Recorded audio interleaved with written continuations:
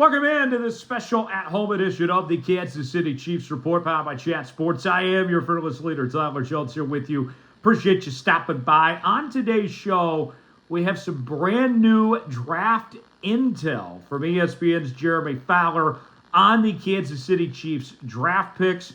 We'll tell you what Fowler had to say, react to it, coming up in just a matter of moments, talking about Josh Simmons and Jalen Royals. We'll go over everything you need to know here on today's show. Before we go any further, my friends, folks, we are growing at a rapid pace here on the Kansas City Chiefs Report as we have passed up 71,754 subscribers. We are closing in on 72,000 subscribers on the channel. You may be saying to yourself, why should I subscribe? Well, we're bringing you daily news and rumors. We have live shows every Tuesday, breaking news, Q&A mailbags. This is your one-stop shop for all things Kansas City Chiefs. And even when I'm on the road, visiting family, taking care of family business and all that, we're still bringing you content here on the channel. So the best thing you can do to thank us for bringing you free Chiefs coverage is by hitting that subscribe button, and subscribe now for free. So do us a favor, subscribe, youtube.com/ChiefsTV, and we'll get started with today's show. Jeremy Fowler does a great job covering the NFL as a whole, and he had some pretty juicy information on a couple of the Kansas City Chiefs draft picks and what Andy Reid's plans are for these guys in 2025 and beyond. And I want to start with Josh Simmons, and then we'll get to Jalen Royals coming up in just a moment. But let's begin with the first-round pick, Simmons out of Ohio State. This is what Fowler had to say. Offensive tackle Josh Simmons was one of the most fascinating prospects in the draft. His ceiling is higher than most, and his tape was better than any offensive lineman in the draft, according to multiple executives. Most teams I consulted with were not overly concerned with his recovery from a torn patellar tendon. Now, let me stop there for a moment, and I'll read you the rest of what he had to say in just a bit. But the draft stock for Simmons, falling all the way down to 32, where the Chiefs selected him when they made that trade from Philadelphia, the general thought process was that when it came to Josh Simmons, that had he been healthy, in all likelihood, he would have been the first offensive lineman taken in this draft.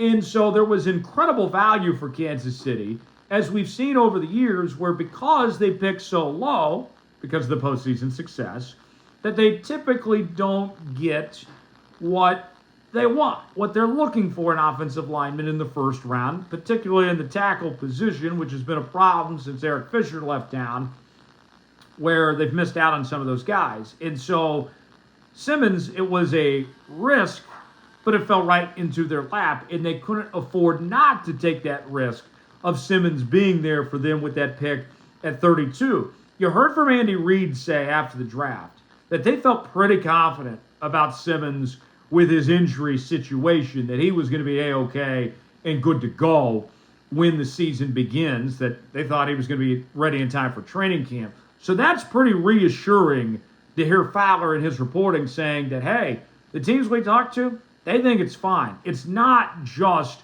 from Kansas City, that it's other teams that feel the same way. So that's really good to hear from Jeremy Fowler on that front.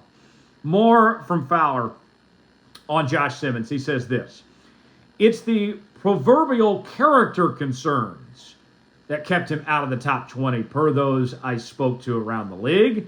As one AFC personnel man put it, certain things are important to him, pass blocking, game day, but others are not, such as practices and run blocking. It's up to the Chiefs, a veteran-laden team with a championship pedigree, to harness that ability to maximize the skill set. Okay, so now to that point of the character concerns. This is not a guy that's had legal issues, all right?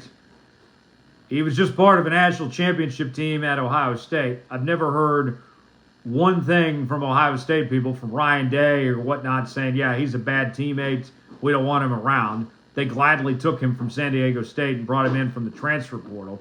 So you remember the talk with Shedeur Sanders of all those unnamed sources that had so much to say about him, but they wouldn't put their name on it, and his stock fell to the 5th round? This kind of reminds that to me, like, okay, where's the evidence? And I haven't seen the evidence to suggest how any of that is real. In this Chiefs organization, they know what they're doing. With Andy, with Brett, Patrick, Travis, Chris Jones, you either got to put up or shut up. If you're Josh Simmons, I think you know what you're walking into, that you have to have your act together, that you have to be polished and put it all intact. And so, while there may be some of those teams that had those concerns, if it's not a concern for Andy and Brett, if they still picked him there at 32, I don't think it's much of an issue at all. And if it is an issue, it will be addressed, and they'll take care of it, and they'll go from there. So I think that Simmons is going to be in position to be a starter immediately. He's going to have to earn the job. I think Kingsley wants to be a starter badly. You got Jalen Moore you brought in. Mike Caliendo is still around. He had a good postseason up until the Super Bowl.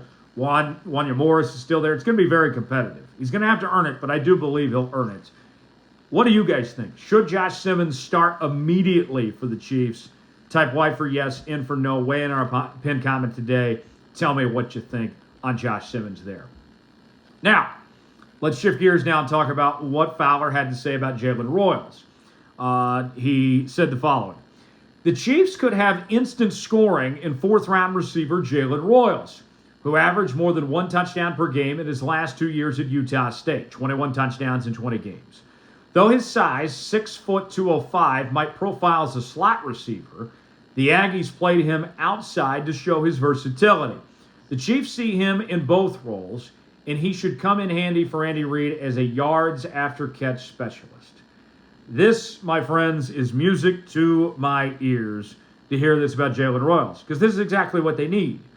They have good possession receivers, as is, with Rashee Rice, and Hollywood Brown was more of a possession receiver last year when he returned from injury, although it was a small sample size. I know that the discussions with Hollywood Brown, they thought they were getting a vertical threat, but he never really displayed that in what we saw with him. Not saying that can't change, but that's what he did essentially this past year.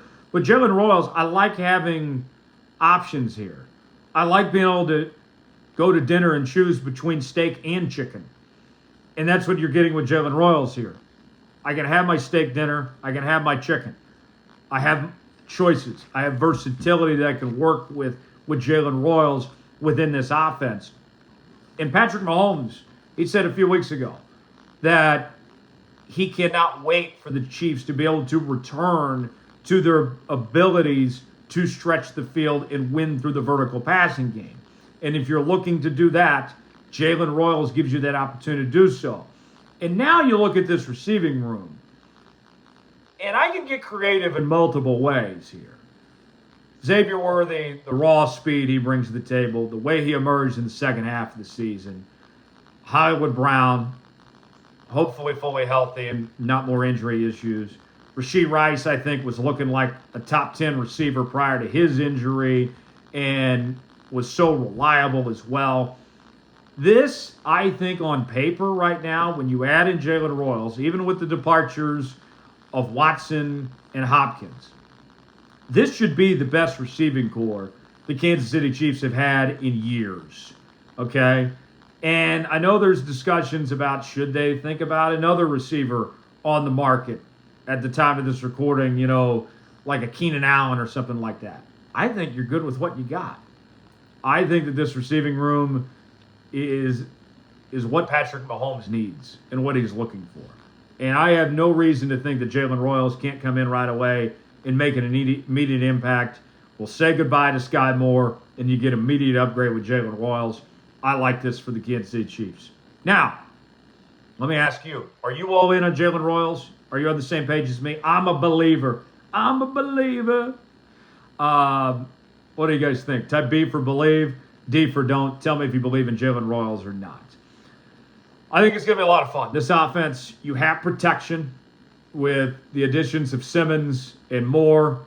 You have true receiving threats, bringing in Royals now, along with who you already have. And then the tight end room, Kelsey is still there. With what we've seen from Noah Gray, the way that he stepped up this past season, having a breakout year. I think Jared Wiley is going to surprise some people as well. I'm excited. I don't know how you can't be with what this Chiefs team is going to bring to the table offensively in 2025. For continuing Chiefs coverage, subscribe now to the Kansas City Chiefs Report for free, youtube.com/ChiefsTV. I'm Tyler Jones. Thanks for joining us. We'll see you next time.